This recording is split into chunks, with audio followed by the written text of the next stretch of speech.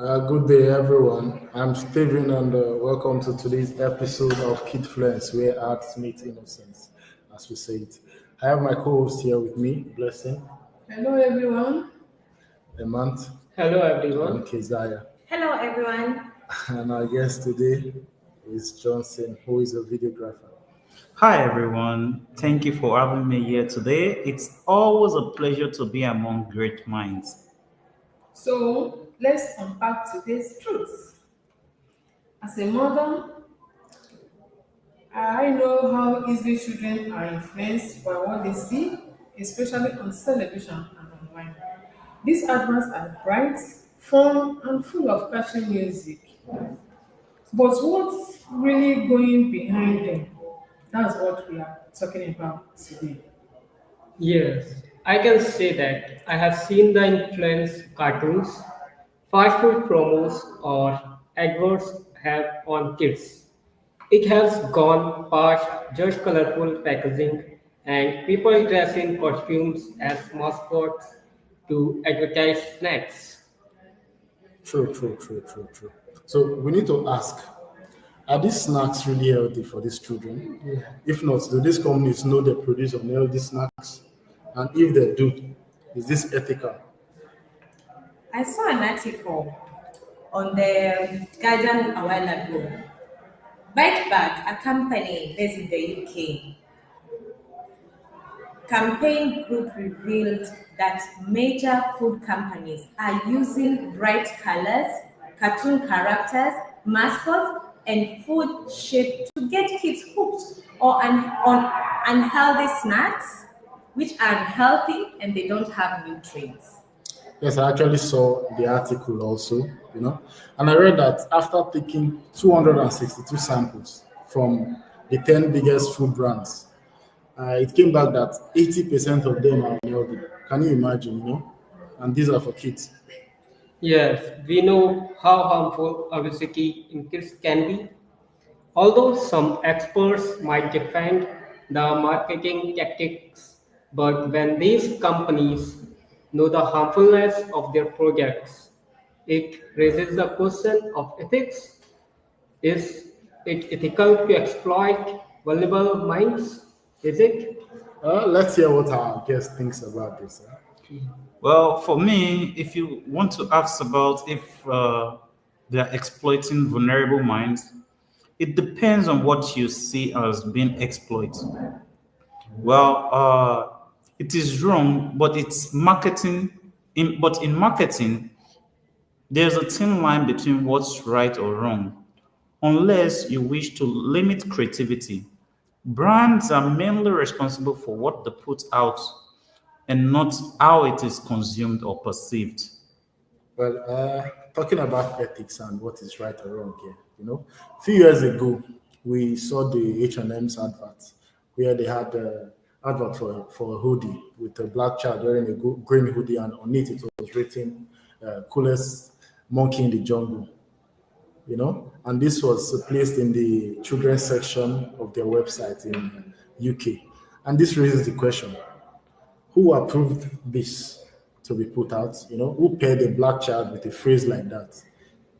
I mean, isn't this worrisome?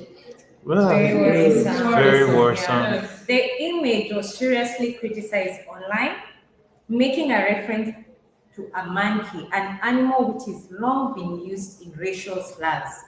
I mean, it is unbelievable a company of this magnitude can make such a mistake. What was it really a mistake? Yet it's a company that has been existing since the early 90s up to date. Actually, some people defended M and H and call it an innocent mistake. But this is a known flaw to that demonizing people of a certain race. We can ask ourselves a question: was this an honest mistake? Yes, that's H and M audio story really touch. It's hot. Coolest monkey in the jungle on a black child. Can't you see? That is not okay. Even if they say it was a mistake, at least someone could have stopped it before it was posted. Several celebrities Like the Weeknd openly criticized H&M and made it known he will never work with them. Yeah, true, true. Though H&M did apologize for what they did, in their words, they said they were sorry to anyone this may have offended. But is this really an apology? Is what we should ask ourselves. They did take down the photo of the child, but till today, till now, I think the sweatshirt, the hood is still on sale. You know. Yes, true. This is a perfect example of why brands need to think deep about inclusion, representation, and history before putting out projects. Yeah. Yeah. Yes, that's true. Yeah, speaking about that, I think it should be mandatory for companies to thoroughly review every ad or product before it reaches consumer while considering other factors. Of course, and using Julius Grant's article titled "Ethical Consideration When Advertising to Children," we can argue that the examples we have mentioned earlier are unethical and unacceptable and should never be accepted anywhere. True. We can agree that young children do not know the difference between entertainment and advertisements.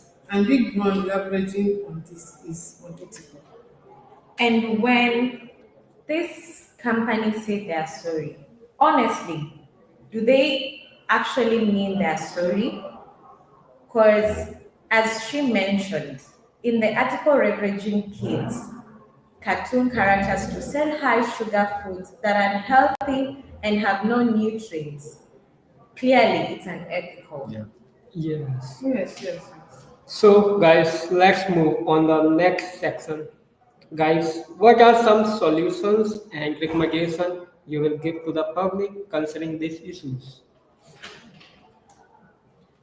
For instance, truthfulness and transparency should be always in mind in marketing and advertisement, especially when it comes to children to avoid exploitation of their values. Of course. Yes. Yes. Another solution or recommendation I'll make is the age appropriate messages, ads, and even children shows. I would urge every parent to always guide their children and be mindful of what they consume. Generally speaking, as like for the gadgets which we use, we can go and put on the setting what our children can consume by restricting and monitoring. Yes. I guess you Yes, mean exactly. parental guidance. Yeah. Yes. Yes. True. So let's hear which solution guests will prefer for companies. Yeah, I also think the parental control on both the devices and what the children watch on TV, I think it should be a means of control on the children because there's a Latin word called tabula rasa, which means empty. A little child's brain is tabula rasa. When a child is being born, it comes with an empty brain, and then it begins to learn and then begin to take in everything that he sees. That's when he begins to learn. So if these adverts are coming in, they are coming in and then they are influencing the children. So I really think that brand should be made to put ethics before earning. Principles and every kid should not be exploited. Yes, Yes, of I course. agree with the guy. Companies should also work on their review process to ensure all factors check out before putting projects out. Of course. Well, I also think limiting and controlling the use of cartoons, mascots, or superheroes for promoting sugary or unhealthy food will also be a good solution. I think, like Ben 10, for example, lots of kids look up to Ben 10 or Superman and all of that. And when you brand these unhealthy foods in those pictures, they easily consume them thinking it's a good thing. So, guys, if you have any questions, kindly leave a comment in the comment section. Yeah, I think we Oh, already I have think we some have questions some here. questions. We already have some questions from our listeners. And one of the questions that we have is, what lesson can other fashion brands learn from this incident about diversity, equity, and inclusion in branding? For me, I think using this H&M's incident, I think brands should learn to be diverse and, of course, inclusive. I think if there was a black person in the room, per se, they would never allow a coolest monkey in the jungle ad get out. Yeah. So I think that's the first step. And also regulatory bodies who look after this and, of course, punish those who go against certain rules and ethical breaches. I wonder if my guest has something to say. Well, I really agree with you. I think brands should be made to put ethics before earnings. Uh, there should be age-specific advertisements that is being displayed in public. And I think there should also be this diversity, inclusiveness, because there won't be racial discrimination if there's actually diversity, inclusiveness, because they will know, okay, that there are some people who are from different race that are also a part of the advertising team, and they wouldn't want to offend those people. So it should actually start from them before it goes out to the public. True, true, true. So let's move on to the next question here So our next question is from Kristen. from Christian. Guys, I have a question that say, what makes advertising to children different from advertising to adults? For me, I think it's very different, because of the vulnerability of kids. As my guest earlier said, their brains are, you can say empty, but not entirely. I disagree there. But back to the matter, I think their vulnerability and the fact that they can easily be compelled to do things, they can easily be cajoled or taught things, whether good or bad, and they learn it. So I think that's the major difference between advertising to kids and to adult vulnerability. In my opinion, it's due to children's development stage and cognitive abilities. Like children, especially those under 12, are considered more vulnerable to advertising perceived techniques because they lack the critical thinking skills, I think. True. To discuss advertising, perceived intent, and its potential impact on their purchasing decision. Yeah, that's a good one. And also adults have the ability to criticize True. ads. Adult has the ability to even read and also be aware this is a marketing tactic that has been used. But for a child, they don't have the information. Yeah. Example, like a child might believe a cereal will make them strong simply because a cartoon character said so. Whereas an adult might go and check the nutrients in the label. True. Yeah. That's a good one. I think children are easily influenced. So for this reason, the advertising company are always targeting the children, because whatever the children are being influenced, once they see these colors and superheroes, they are always telling their parents, oh, this is what I want, this is what I want, believing that it is healthy for them, whereas it's sugary substance and it's not very healthy for them. True. So let's check. I think we have one more question from Phil. Why do brands invest so heavily in marketing to kids? I should answer first as usual. Right? Yeah. So I think we call them the leaders of tomorrow for a reason.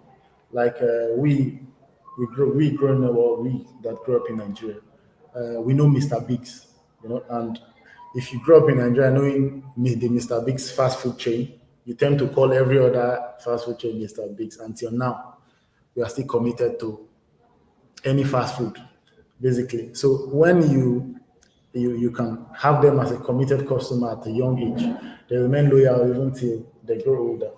It's just like the PlayStation with Sony, how we've been playing PlayStations for like 20 years or 18 years, and still we remain loyal. So I think that's the reason why people or companies invest heavily in marketing to kids to gain loyalty, and of course they are easily convinced or influenced.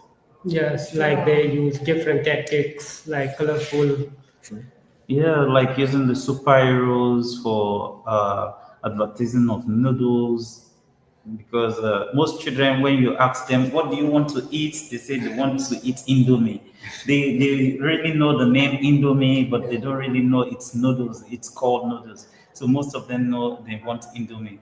So I think it's easier to influence the little children than the adults. Yeah, true. And like the PlayStation points I just made earlier, you see every year they release a new disc with a favorite player who they know the kids love and all of that. So it's quite a good market to sell to kids, Yeah, basically. to gain the more profit.